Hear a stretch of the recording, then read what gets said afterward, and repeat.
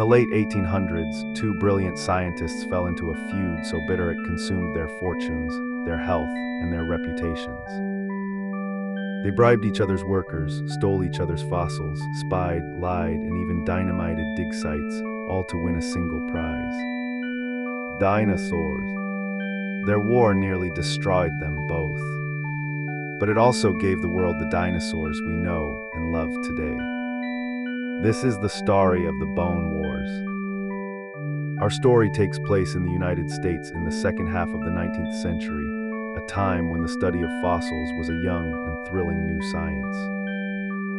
The American West was opening up, and its rocks were turning out to be full of the bones of creatures no one had ever imagined. Giant reptiles from a lost world. Welcome to Curio Hour, where we uncover the strange, the unsolved, and the unforgettable. It was a gold rush of fossils, and at the center of it stood two men, both gifted, both ambitious, and both utterly determined to be the greatest fossil hunter alive. The first was Edward Drinker Cope. He was brilliant, energetic, and fiery, a young prodigy from a wealthy Philadelphia family, bursting with talent and ego. Cope was a natural. He published scientific papers at an astonishing rate, and he had an almost supernatural eye for fossils. But he was also proud, impulsive, and quick to anger. The second man was Othniel Charles Marsh. He was older, more cautious, and methodical, backed by the fortune of his wealthy uncle. Marsh used that money to build a powerful position at Yale University, with his own museum and a small army of fossil collectors working for him in the field. Where Cope was a brilliant lone genius, Marsh was a patient empire builder. Two very different men on a collision course. And here is the surprising part. At the very beginning, Cope and Marsh were not enemies.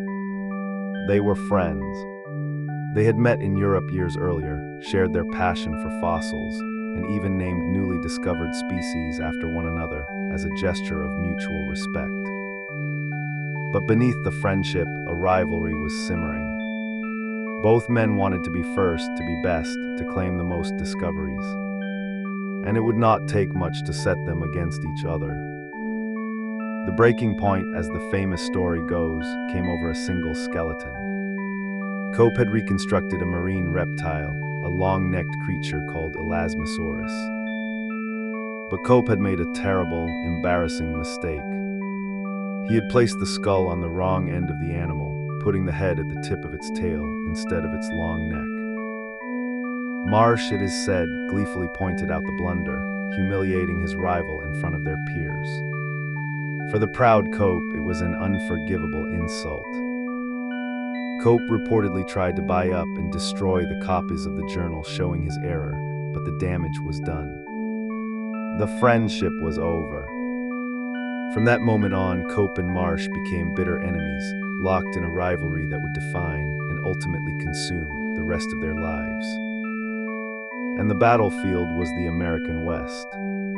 Out in the badlands of states like Colorado, Wyoming, and Kansas, the richest fossil beds in the world were waiting.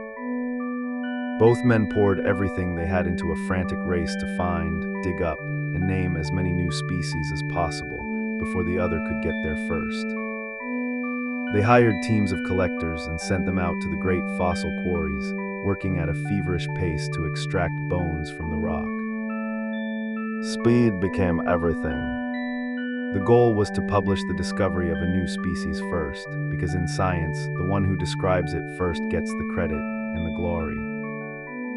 And this is where the science started to suffer.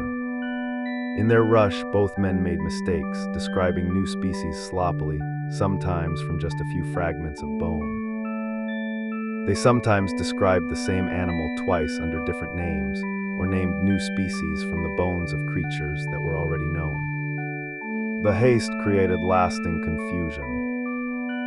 In one famous tangle, Marsh's rush to name a giant long-necked dinosaur led to a naming mix-up that caused a beloved dinosaur's name to be questioned for over a century. Between them, the two men named an astonishing number of new species. but the quality of the work was often sacrificed to the speed of the competition. Still, the sheer scale of their discoveries was staggering. The race was filling the museums of the world with wonders. But the feud was about to turn truly ugly. Because Cope and Marsh did not just compete. They sabotaged each other in ways that went far beyond science. They sent spies to watch each other's dig sites and report back. They tried to bribe each other's workers to switch sides or to hand over their rivals' best fossils. They raced to intercept each other's fossil shipments. There are accounts of crates of bones being stolen or going mysteriously missing in transit. Most infamously of all, to keep their rival from getting anything, both men are said to have destroyed fossils and dig sites rather than let the other have them. There are stories of dig sites being smashed and even dynamited once they had been picked over, simply to deny the enemy any scraps that remained. It is a heartbreaking thought. Priceless fossils, millions of years old, smashed to pieces out of pure spite, lost to science forever. The two men also waged war in public. They hurled accusations at each other in newspapers and scientific journals, attacking each other's character, honesty, and competence. The bitter public mudslinging scandalized the scientific community and dragged both men's reputations through the dirt. It became a national spectacle, and in the end, the Bone Wars destroyed them both. The feud had become an obsession that neither man could let go of, no matter the cost. Cope, who had inherited a fortune, poured nearly all of it into the fight and into buying fossils. He ended his life in relatively poor circumstances, his wealth drained away. Marsh, too, spent lavishly and eventually fell into financial trouble, losing much of his power and influence by the end of his life. Both men had sacrificed their money, their health, and much of their good name on the altar of their rivalry. Neither truly won. In a final act of defiance, Cope reportedly donated his own skull to science, challenging Marsh to compare their brains to prove, once and for all, who was the superior man. Even in death, the feud cast its shadow. The two men had spent decades trying to outdo each other, and their hatred never truly cooled.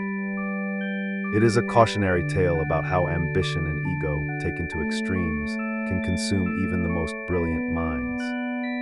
But the story has another, brighter side.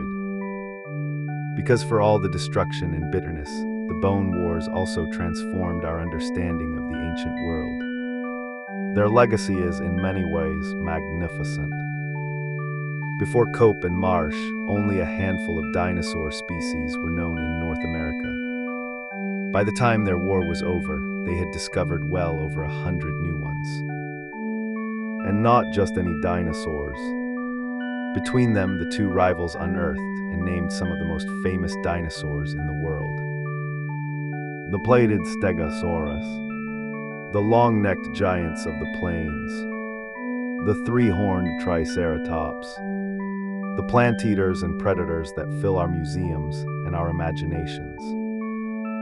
Many of the dinosaurs that children around the world know and love by heart were first pulled from the rock during this furious, spiteful competition.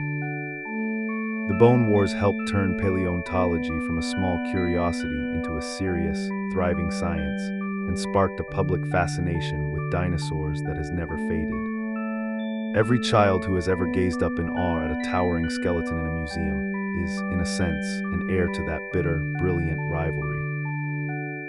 So we are left with a strange and very human truth. Two men driven by jealousy and spite did terrible things to each other and to science. And yet, out of all that bitterness, they gave the world its dinosaurs. The feud that built a science. The Bone